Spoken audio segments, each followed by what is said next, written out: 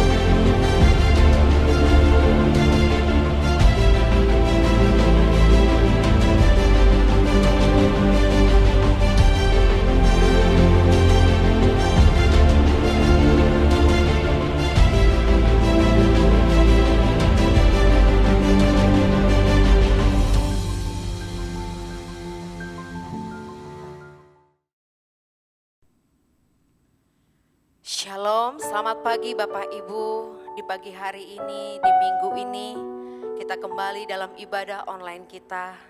Kita ada hari ini, itu semua karena kemurahan Tuhan, amin. Kita mau datang ibadah, kita persiapkan hati kita, seluruh keberadaan kita di hadapan Tuhan. Kita ambil posisi yang menyembah di hadapan Tuhan. Sebelum kita memuji Tuhan, kita berdoa di hadapan Tuhan. Bapa yang di surga, yang kami kenal di dalam nama Tuhan Yesus. Kami bersyukur Tuhan atas anugerah yang Engkau berikan bagi setiap kami. Akan keberadaan kami pada pagi hari ini. Kami percaya Tuhan masih memelihara hidup kami. Tuhan, ini kami semua anak-anak-Mu. Ini kami semua umat-Mu. Mari Engkau jamah setiap hati kami untuk lebih datang, memuliakan Tuhan, mengasihi Tuhan, mempersembahkan hidup kami di hadapan Tuhan. Pakai setiap pujian yang keluar di mulut kami ini Tuhan, untuk menjadi persembahan yang kudus di hadapan-Mu. Layakkan setiap kami, sucikan kami semua ya Tuhan. Anak-anak-Mu semua yang mengambil pelayanan juga Tuhan berkati. Bahkan kami percaya umat Tuhan yang menyaksikan ibadah online ini, Tuhan juga memberkati mereka. Kami berdoa di dalam nama Tuhan Yesus. Amin. Inilah rindu kami di hadapan Tuhan. Segenap hati kami ingin memuji Tuhan. Segenap jiwa kami mau mengagungkan nama-Mu Tuhan. Inilah rinduku kepadamu,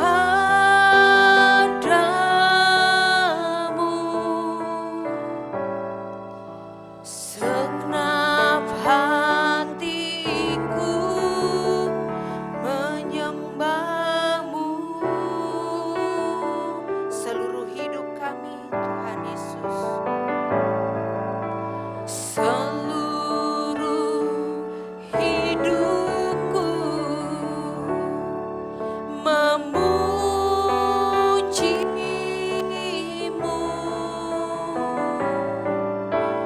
Ku memuja-Mu ya Allahku.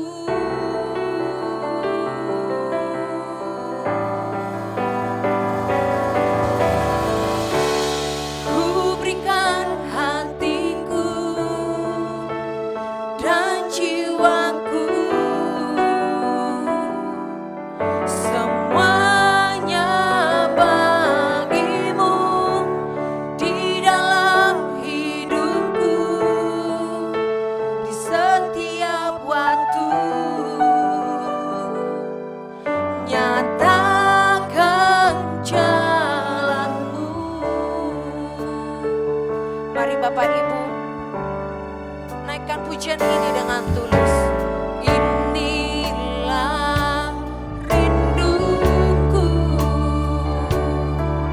kepadamu,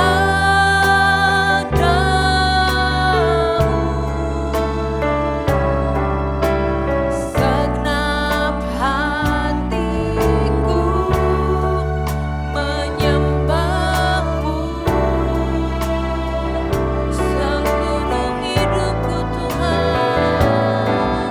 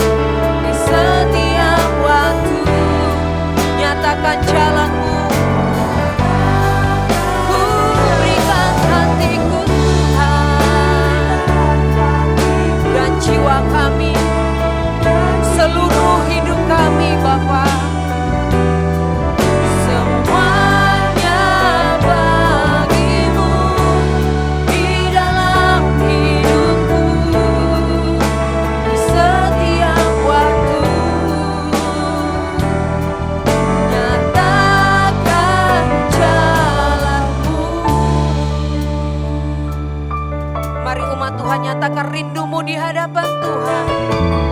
Inilah rinduku, amin, kepadamu, segenap jiwa kami Tuhan.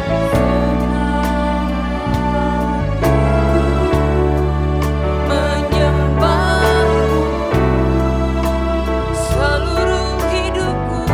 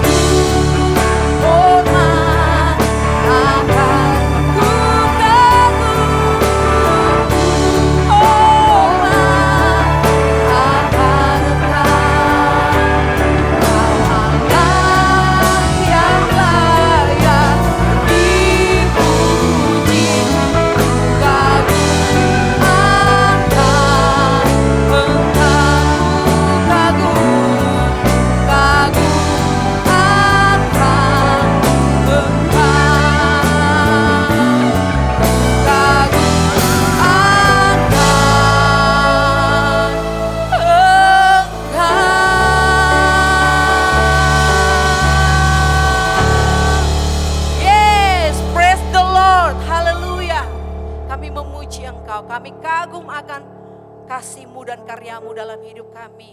Mari umat Tuhan yang percaya, kita katakan sama-sama amin.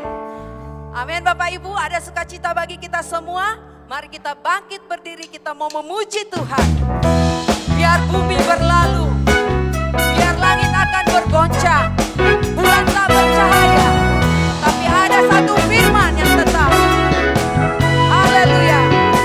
Biar bumi akan berlalu, biar bulan tak bercahaya lagi, biar langit akan bergoncang, matahari tak bersinar lagi, tetapi Dia tak pernah ingkar janji. Semua yang difirmankannya pasti akan digenapi.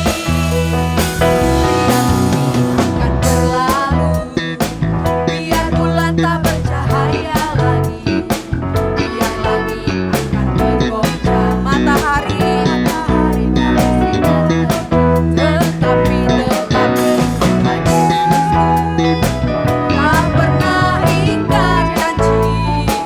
Semua yang difirmankannya pasti akan digenapi. Katakan, shalalalalala, saya cinta Yesus. Shalalalalala, Yesus cinta saya. Shalalalala, shalalalala, saya cinta Yesus. Shalalalala, Yesus cinta saya. Yesus cinta kita semua, amin. Haleluya. Biar bumi akan berlalu, biar bulan tak bercahaya lagi, biar langit akan bergoncang, matahari tak bersinar lagi, tetapi Tuhan Yesusku tak pernah ingkar janji. Semua yang difirmankannya pasti akan digenapi. Akan berlalu, biar bulan tak bercahaya lagi, biar langit akan bergoncang, matahari tak bersinar lagi, tetapi Tuhan Yesus kita tetap setia, amin. Tak pernah ingkar janji. Semua yang difirmankannya pasti akan digenapi. Shalalalalala, saya cinta Yesus. Shalalalalala, Yesus cinta saya. Shalalalalala, saya cinta Yesus. Shalalalalala, Yesus cinta. Katakan sekali lagi, shalala.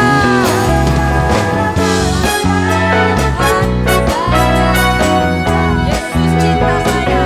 Shalalalalala, Yesus cinta saya. Shalala, shalalalalala. Saya, amin. Saya cinta Yesus. Shalalalalala, Yesus cinta saya. Yesus cinta saya. Yesus cinta saya. Haleluya, kita berikan tepuk tangan pujian kita di hadapan Tuhan. Yesus mengasihi kita semua Bapak Ibu, amin. Apapun kondisimu saat ini, percaya Tuhan setia bagi kita semua. Haleluya. Kita persiapkan hati kita untuk mendengar kebenaran firman Tuhan. Bapa, ajar kami pahami segala kebenaran yang Kau berikan bagi kami, supaya hidup kami layak di hadapan-Mu. Kita angkat pujian ini. Bapa, ajarku pahami rencana-Mu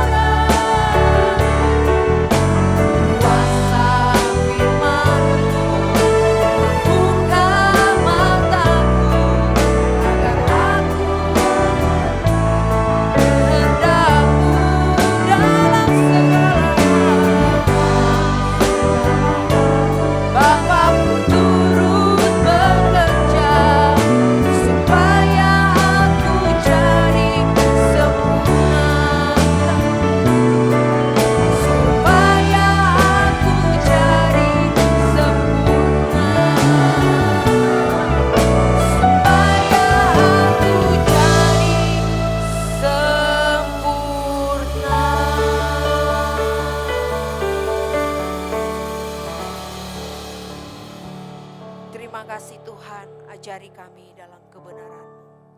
Haleluya. Amin. Shalom saudara sekalian, selamat hari Minggu. Kita kembali bertemu dalam suasana yang membahagiakan, karena semua kita bersama Tuhan. Pagi ini kita akan mendengar kembali seri kesempurnaan, yaitu ketaatan yang sempurna. Saya anjurkan jemaat Tuhan dimanapun berada mengikuti seri kesempurnaan ini.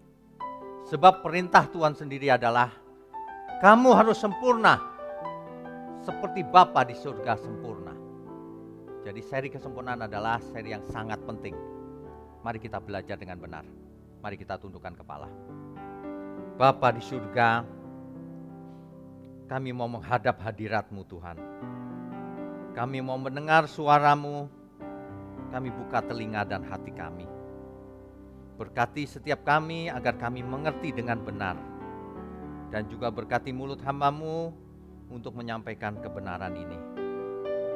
Hanya di dalam nama Tuhan Yesus kami berdoa dan mengucap syukur. Amin. Baik, Bapak Ibu sekalian. Sebenarnya manusia itu diciptakan dari tidak ada menjadi ada. Harusnya kita semua menyadari hal itu. Dari tidak ada menjadi ada. Itu saja sudah anugerahnya tak terhingga. Ya. Dan kita semua mulainya dari nol. Ketika lahir, mata kita terbuka pun kita belum bisa melihat loh. Beberapa hari pertama itu. Semuanya dimulai dari nol. Belajar. Kejadian 1 ayat 26 sampai 27. Manusia diciptakan menurut gambar dan rupa Allah. Manusia diciptakan serupa dengan penciptanya. Memiliki keserupaan. Kejadian 2 ayat 7. Diciptakan serupa dengan cara bagaimana? Dengan cara dibuat dari tanah, debu tanah. Lalu dihembus nafas Allah. Artinya diberi roh Allah. Sehingga manusia itu bukan hanya hidup, tapi ditargetkan menjadi sama seperti Bapa di surga. Sebab seekor ayam, seekor monyet juga hidup, tapi tidak memiliki roh.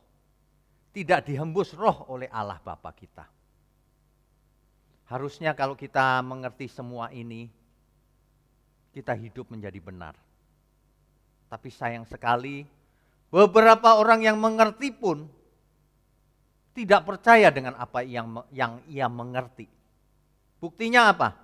Buktinya ia tidak hidup menurut apa yang ia percayai. Faktanya banyak orang jahat meskipun Kristen. Meskipun aktivis. Bahkan meskipun pengkhotbah. Fakta tidak bisa disangkali. Oleh sebab itu setiap kita harus takut. Siapapun kita.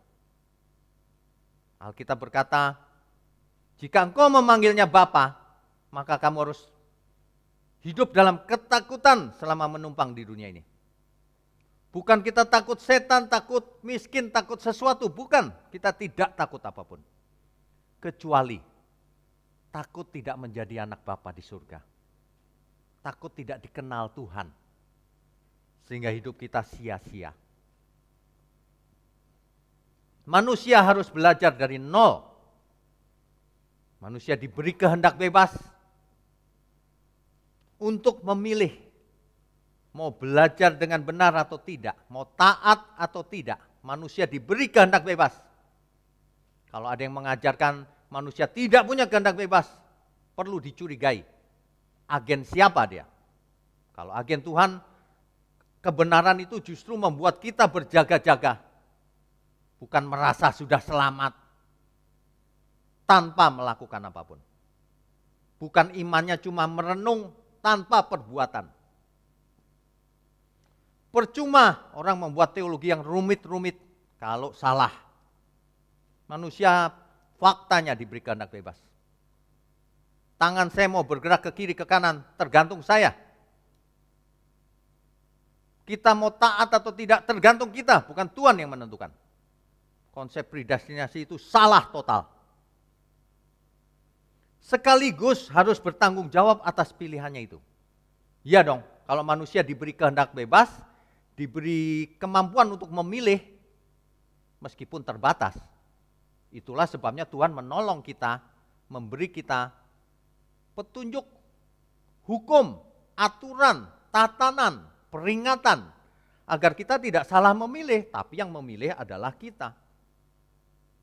Karena kita yang memilih, maka kitalah yang harus bertanggung jawab, bukan Tuhan. Kalau pilihan kita salah, barang siapa menabur, dia menuai. Amin ya Bapak Ibu ya. Hati-hati, kita punya pilihan. Mau taat atau tidak, pilihan ada di tangan kita. Itulah sebabnya juga kita semua akan dihakimi nantinya. Mengapa? Karena semua orang harus menghadap tahta pengadilan Kristus. Untuk apa coba? Untuk mempertanggungjawabkan apa yang telah diperbuatnya selama ia hidup.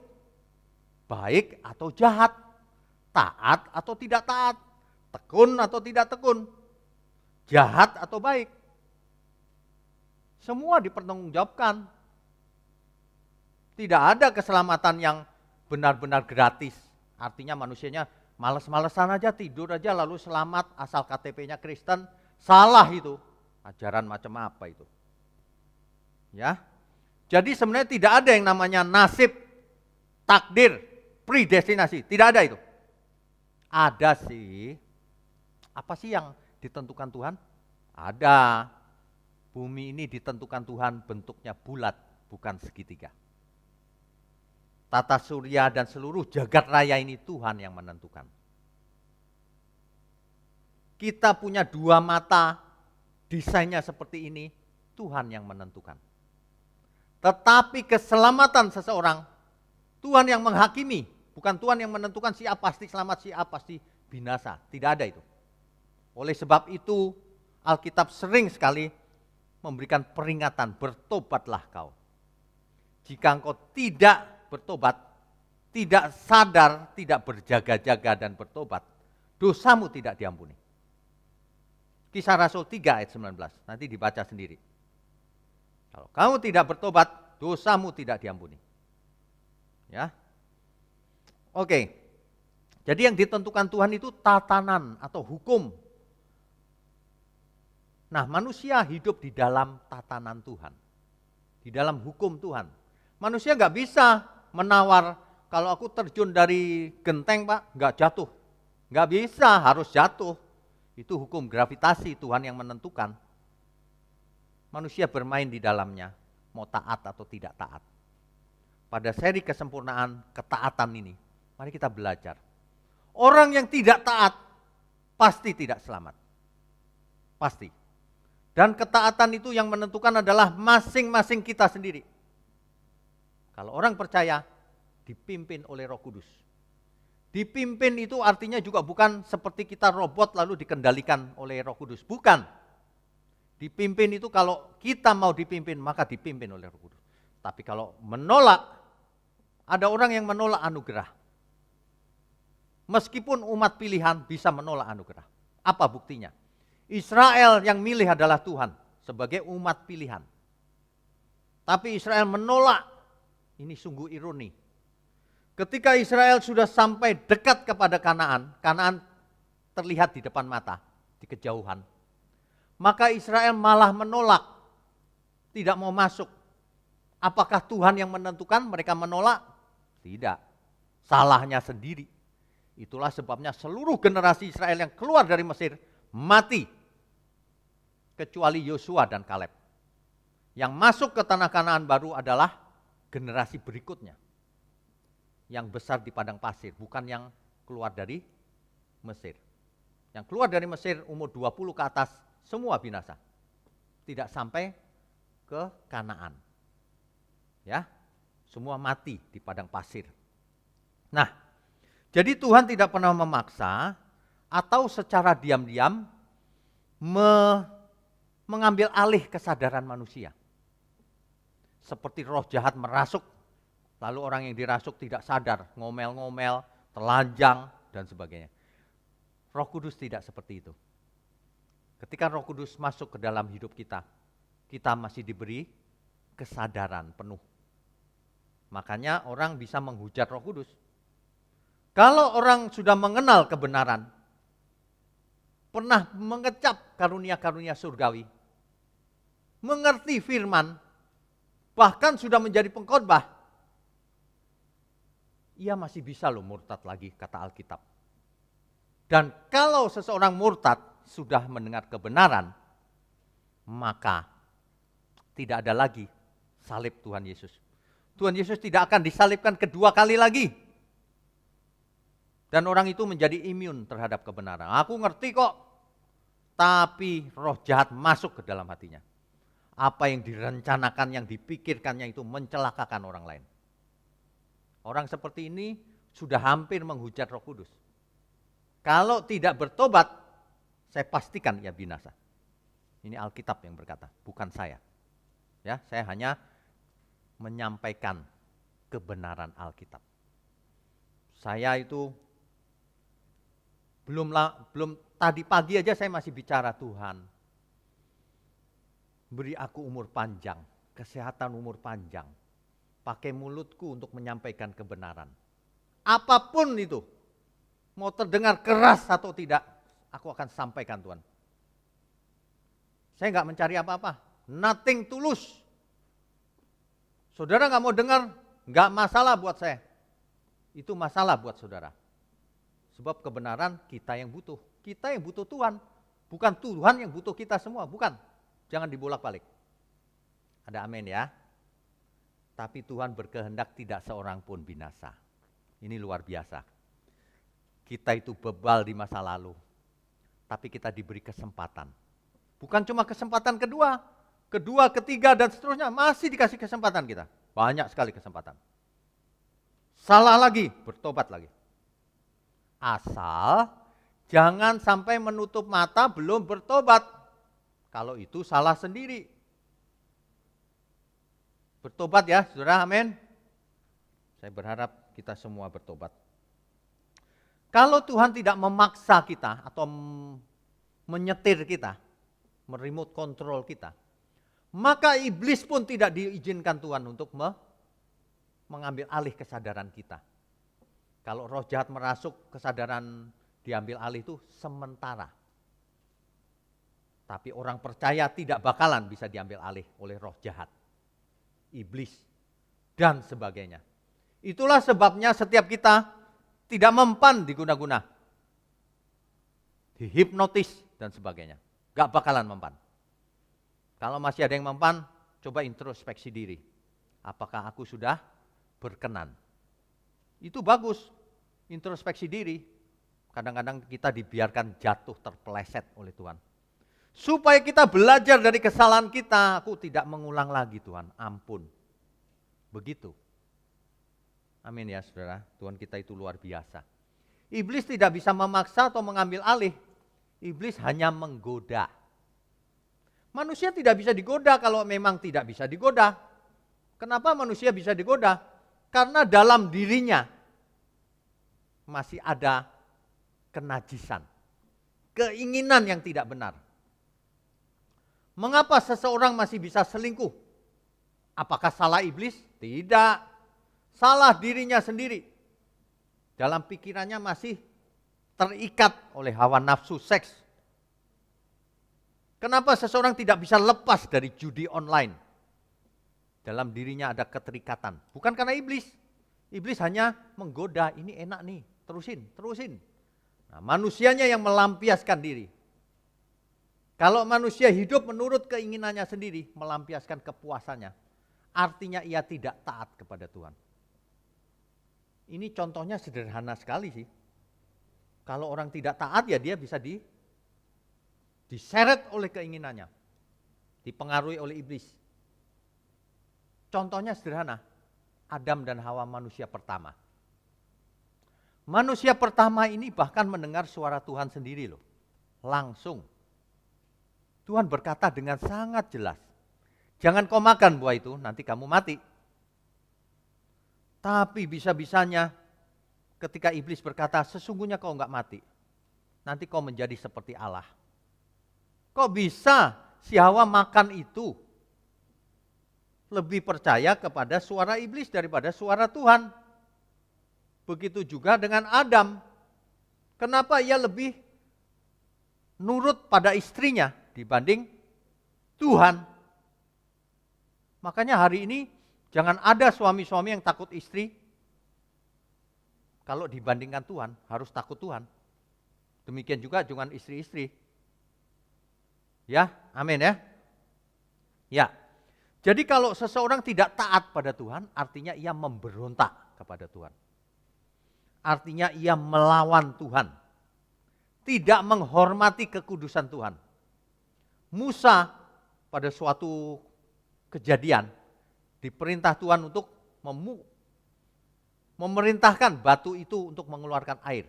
Sebab Israel kehausan, tidak ada air di padang pasir. Tapi Musa tidak taat, memukul batu itu. Keluar juga air, karena Israel butuh air. Tapi karena hal itu hukumannya berat, saudara. Musa dikatakan tidak menghormati kekudusan Tuhan. Maka kau tidak akan masuk negeri yang dijanjikan itu. Enggak masuk ke Kanaan Musa. Ya, sama analoginya hari ini. Kalau manusia tidak taat pada Tuhan, tidak nurut pada Tuhan, nanti tidak masuk Kanaan surgawi. Tidak bakalan diterima Tuhan. Sebab seseorang yang tidak taat pada Tuhan, artinya ia taat pada dirinya sendiri. Dan itu sama dengan taat pada iblis atau setan. Sebab visi misinya sama. Kalau seseorang taat kepada Tuhan, visi misinya sama dengan Tuhan. Pasti tentang keselamatan banyak orang, pasti. Ini luar biasa loh pengertian ini. Makanya kalau belajar firman ya, jangan cuma amin-amin. Jangan cuma dengar sambil ngantuk, percuma. Tapi berbahagialah orang yang mengerti. Sebab hidupnya akan berubah. Ada yang 100 kali, ada yang 60 kali, ada yang 30 kali. Itu artinya berlipat-lipat ganda loh. Karakter manusianya, pengertiannya, imannya akan bertumbuh luar biasa. Itu sebabnya tekanan firman yang benar itu nomor 1 di gereja. Firmannya harus benar. Sebab kalau firman gak benar, yang lain gak ada gunanya sama sekali. 0 besar. Dan itu bisa dilihat dari hasilnya. Kalau jemaat tidak mengerti kebenaran sejak dulu puluhan tahun, artinya firman yang ia dengar salah pasti. Orang-orang yang memberontak ini tidak takut Tuhan. Berkhianat terhadap Tuhan. Melangkahi perjanjian dengan kalimat lain. Di Hosea 6 ayat 7. Jangan kau melangkahi perjanjian. Seperti Adam. Diterjemahkan dalam bahasa Indonesia, di Adam. Adam itu bukan nama tempat. Yang benar terjemahnya, seperti Adam. Jangan kau melangkahi perjanjian Tuhan. Jadi sebenarnya ya, kalau saudara sekalian atau bapak ibu sekalian sudah mendengar firman ini, jangan sampai berbuat salah lagi. Itu keterlaluan, sudah mengerti, tapi masih buat salah, itu keterlaluan. Itu pasti ditolak Tuhan, pasti. Banyak orang hidup, itu sesuai dengan pola hidup yang umum. Dalam ilmu psikologi ada yang namanya hierarki Maslow. Manusia itu butuhnya kebutuhan yang paling mendasar makan minum. Kalau ia sudah biasa makan minum, gak ada masalah, naik lagi. Ia pengen aman.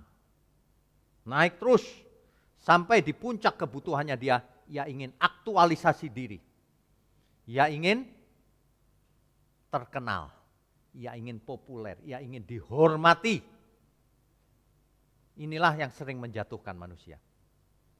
Seringkali ia ingin dihormati, ingin menduduki suatu posisi dengan menghalalkan segala cara. Jatuh dia, binasa. Kalau manusia mengikuti pola umum ini, pasti binasa. Dia lupa bahwa dulunya dia tidak ada, menjadi ada. Artinya apa? Artinya kita menjalani hierarki Maslow ini sampai ke aktualisasi diri pun bukan untuk diri sendiri, dan itu tidak boleh untuk diri sendiri. Kalau kita dipakai Tuhan, ya biasa aja, semuanya juga milik Tuhan. Makanya yang diberi banyak dituntut banyak, yang diberi sedikit dituntut sedikit. Kalau seorang jemaat tidak bisa berkhotbah, tidak disuruh berkhotbah oleh Tuhan, tapi minimal link kebenaran khotbah-khotbah seperti ini, kalau terima di forward ke banyak orang. Kalau memforward saja tidak mau, jangan berharap selamat. Sebab itu bagian kita. Bagian kita adalah melakukan apa yang bisa kita lakukan untuk Tuhan. Ada amin ya. Bagi orang yang kaya, hati-hati, paling gampang masuk neraka. Mengapa? Biasanya, ini biasanya tidak semuanya. Di mana hartanya berada, di situ hatinya berada.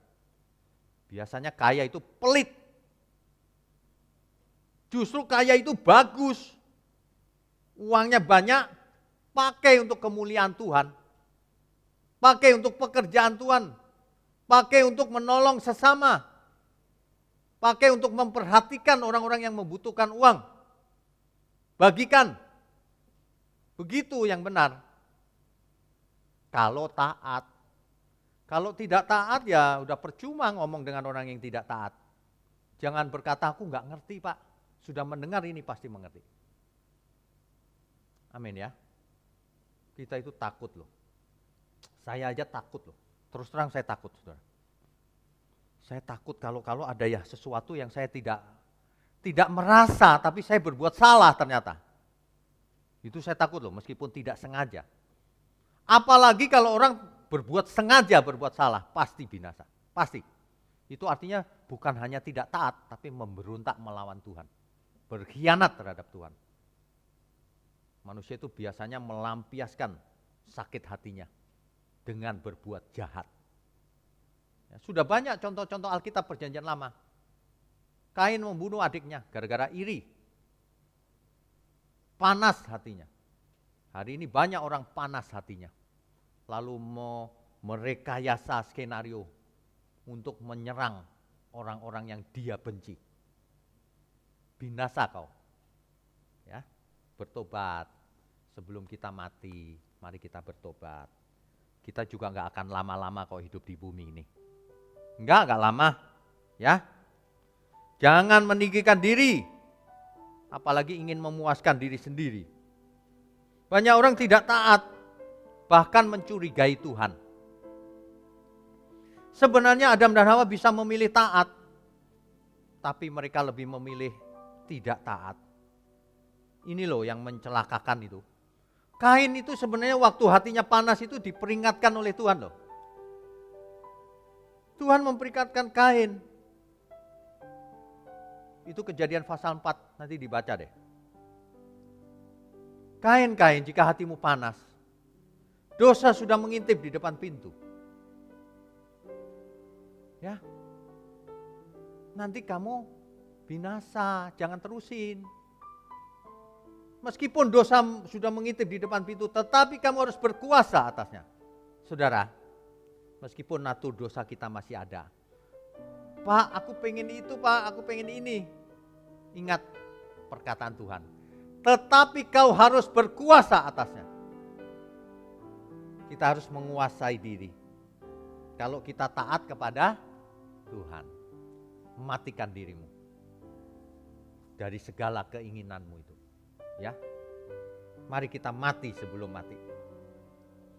Ketaatan yang sempurna ini diteladankan, didemonstrasikan oleh Tuhan Yesus. Meskipun ia anak Allah yang maha tinggi, ia bersedia mengosongkan dirinya, merendahkan diri menjadi sama dengan manusia. Dan ia mau belajar taat, bahkan taat sampai mati di kayu salib. Itulah ketaatan yang sempurna. Taat sampai mati. Ya. Nanti dibaca Ibrani 5 ayat 7 sampai 10. Dan Filipi 2 ayat 8 sampai 11. Coba kita baca sebagian ya. Ibrani pasalnya yang kelima. Ayatnya yang ke-7 sampai 10. Perhatikan ini. Ini Tuhan Yesus loh. Dalam hidupnya sebagai manusia, ia telah mempersembahkan doa dan permohonan dengan ratap tangis dan keluhan kepada Dia yang sanggup menyelamatkannya dari maut. Dan karena kesalehannya ia telah didengarkan. Ya. Dan sekalipun ia adalah anak, ia telah belajar menjadi taat dari apa yang telah dideritanya. Itulah sebabnya ia mencapai kesempurnaan. Di ayat ke-9, ketika ia telah mencapai kesempurnaan, ia menjadi pokok keselamatan, ia menjadi teladan. Begini loh, manusia harus meneladani Tuhan Yesus, meniru Tuhan Yesus. Cara hidupnya, pola pikirnya, pola perasaannya, itu maksudnya. Amin ya. Kalau Tuhan Yesus merendahkan diri, mengosongkan diri, taat sampai mati, bagaimana dengan kita yang mengaku Kristen?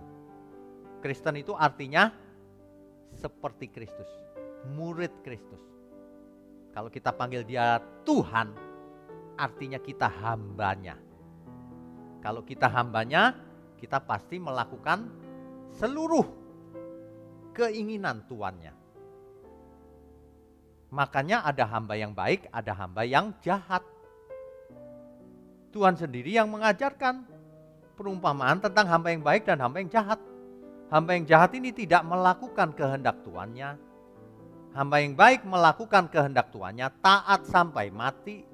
Apapun keinginan tuannya dilakukannya. Nah, coba lihat diri kita sendiri. Selama ini kita hidup itu fokusnya kemana? Apakah sedang melampiaskan keinginan diri sendiri, rencana diri sendiri? Manusia itu hatinya licik, pikirannya merasa membela Tuhan, padahal perbuatannya jahat. Ini orang-orang yang sudah sesat ini sebenarnya, tidak punya nurani. Jelas-jelas yang dilakukannya itu jahat, merasa membela Tuhan. Ini contoh-contoh teroris itu seperti itu. Di dalam gereja Tuhan banyak seperti itu. Tidak taat kepada Tuhan sampai mati. Kehilangan sedikit, berkorban sedikit tidak mau. Kalau dicopot jabatannya marah.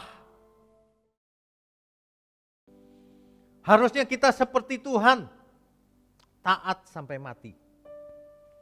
Kalau Tuhan bahkan mati di kayu salib, kalau kita bahkan kita mati di kubur, harus taat. Makanya kitab Roma mengingatkan kita, sebab kamu semua orang berhutang, supaya hidup menurut roh, bukan hidup menurut daging. Ketaatan yang sempurna itu artinya, taatnya baik di gereja maupun di luar gereja tetap taat. Di rumah, di kantor, tetap taat. Dalam segala hal, baik aku makan, minum, melakukan apa saja, kulakukan untuk Tuhan, tetap taat. Taat itu yang sempurna itu tidak tergantung waktu, tidak tergantung tempat, tidak tergantung apa yang kita kerjakan. Semuanya taat pada Tuhan. Kalau orang taatnya sempurna, ia akan menjadi orang-orang kudusnya Tuhan. Teologi yang tidak percaya bahwa ketaatan itu penting, teologi sesat itu. Sebenarnya teologi apapun, saudara, mau Calvinisme, mau Arminianisme, mau teologi apapun, pasti mereka percaya yang selamat itu orang yang taat sampai kesudahannya, yang tekun sampai mati. Gak ada satu teologi yang mengatakan selamat meskipun nanti pada akhirnya tidak taat. Gak ada. Kalau ada, tinggalkan gereja itu, saudara. Ya, ketaatan yang sempurna tetap di dalam firman, supaya hidup kita tetap di dalam kehendak Tuhan. Mari kita belajar sempurna, Bapak Ibu sekalian. Ya, ketaatan yang sempurna ini sangat menentukan apakah Tuhan berkenan dalam hidup kita atau tidak. Sebab taat yang sempurna itu akan termanifestasi dalam setiap kegiatan hidup kita. Pasti. Kalau kita taat pada Tuhan secara sempurna, maka kita akan memiliki sikap hati yang benar. 1, takut akan Tuhan. 2, mengasihi Tuhan lebih dari apapun. Karena taat sampai mati. Yang 3, prioritas utama kita Tuhan.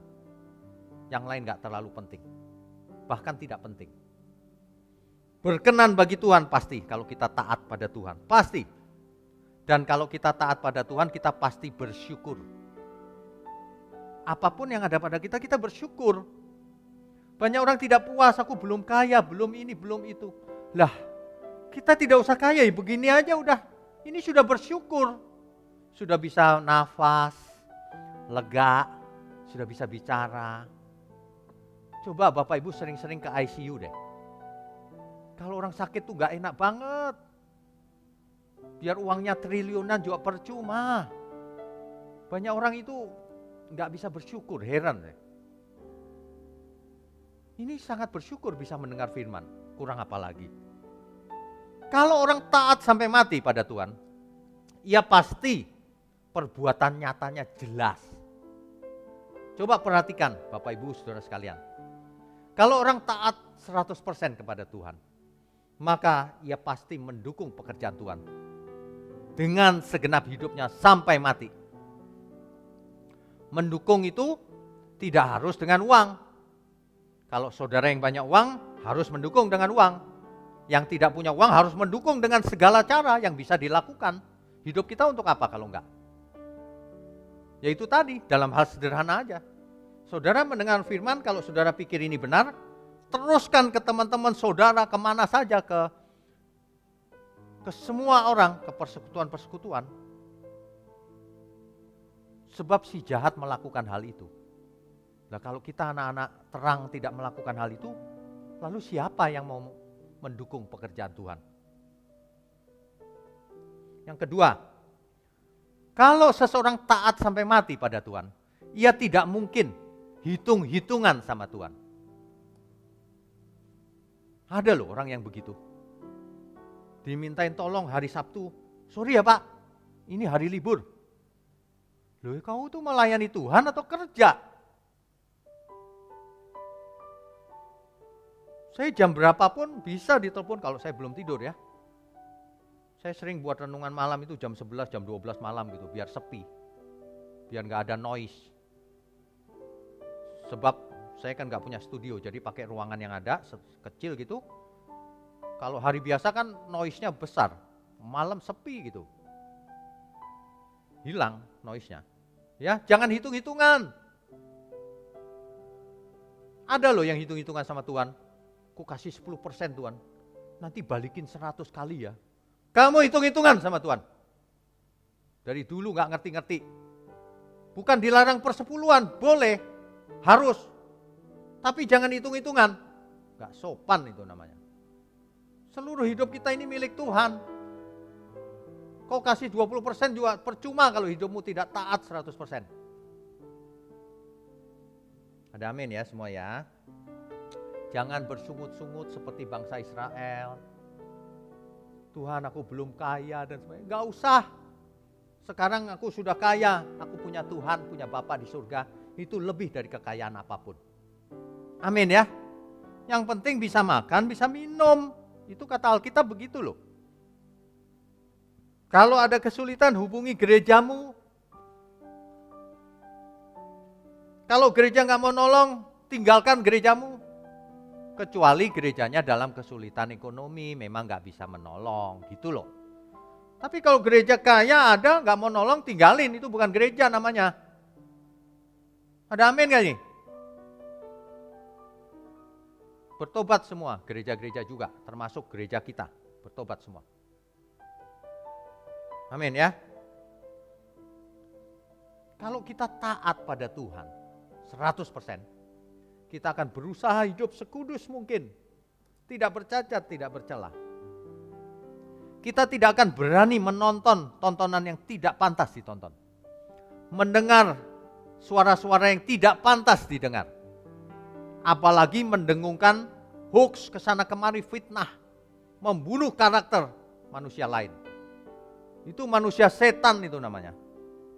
Orang berdosa saja kita tidak boleh loh menyebarkan berita, dia selingkuh, gak boleh. Apalagi kau menyebarkan fitnah. Itu manusia setan itu namanya. Manusia Allah itu menyebarkan kebenaran, menyebarkan kasih. Ada amin ya saudara. Ini bukan marah-marah loh saudara. Ini cuma gemes saja. Manusia itu kok begitu ya. Tentu saja kalau kita taat pada Tuhan kita akan menjadi berkat dimanapun kita berada. Dimulai dari keluarga kita. Kalau kita nggak bisa kasih uang nggak masalah. Kasih firman. Berlakulah yang manis. Sehingga orang melihat kita itu senang. Jadi berkat. Bawa semangat yang positif kemanapun kita pergi. Kan begitu. Pakai tenaga pikiran kita untuk kebenaran. Ya. Intinya tetap di dalam firman. Kan begitu. Orang yang taat 100%, bahkan ia tidak berorientasi pada kepentingannya sendiri. Ya pasti, Tuhan aku bersedia hidup kudus, tak bercacat, tak bercelah. Aku tak akan lagi tenggelam dalam percintaan dunia. Pasti begitu. Amin ya saudara ya. Ku bersedia hidup kudus tak bercela. Takkan lagi dalam percintaan dunia. Ajarku berpikir seperti dirimu. Bawaku Tuhan dalam perjuanganmu. Bersedia hidup kudus tak bercela. Takkan lagi dalam percintaan dunia. Ajarku berpikir seperti dirimu. Bawaku Tuhan dalam perjuanganmu. Mestinya begitu loh. Jadi saudara terutama yang sudah lama jadi Kristen ya, jangan begini, oh nggak boleh ini, nggak boleh itu ya. Bukan itu orientasinya. Bahkan kita harus dewasa, kita harus proaktif bahkan. Bukan cuma ini nggak boleh itu nggak boleh, bukan. Tuhan aku bersedia Tuhan, hidup kudus tak bercacat tak bercelah. Melakukan segala kehendak-Mu, semuanya. Aku mau belajar taat bahkan sampai aku mati Tuhan. Menyodorkan diri. Amin ya semua ya. Mestinya begitu. Mari kita katakan sama-sama saudara. Tuhan perkenankan aku selalu ada di samping-Mu. Sejak ku hidup di bumi sampai di keabadian, ku iring Tuhan. Tuhan, ku pegang janji-Ku selalu sebagai sahabat-Mu. Senantiasa bersama menunaikan tugas Bapa. Selesai akhirnya bersedia hidup kudus tak bercela. Takkan lagi dalam percintaan dunia. Ajarku berpikir seperti dirimu. Bawaku Tuhan dalam perjuangan. Bersedia hidup kudus tak bercela. Takkan lagi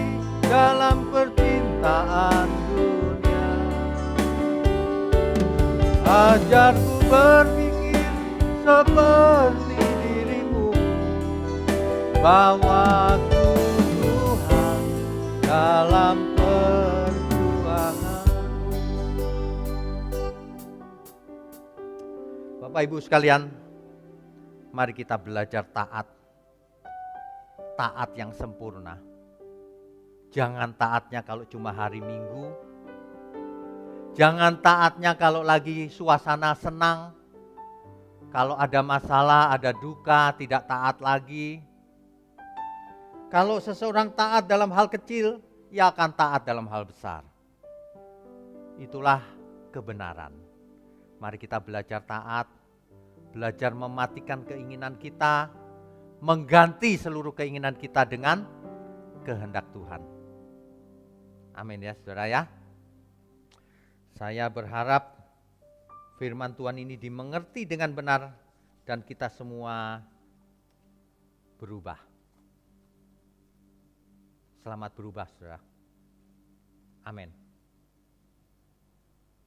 Umat Tuhan, jemaat Tuhan dimanapun berada, juga khususnya jemaat GSKI Pantai Indah Kapuk.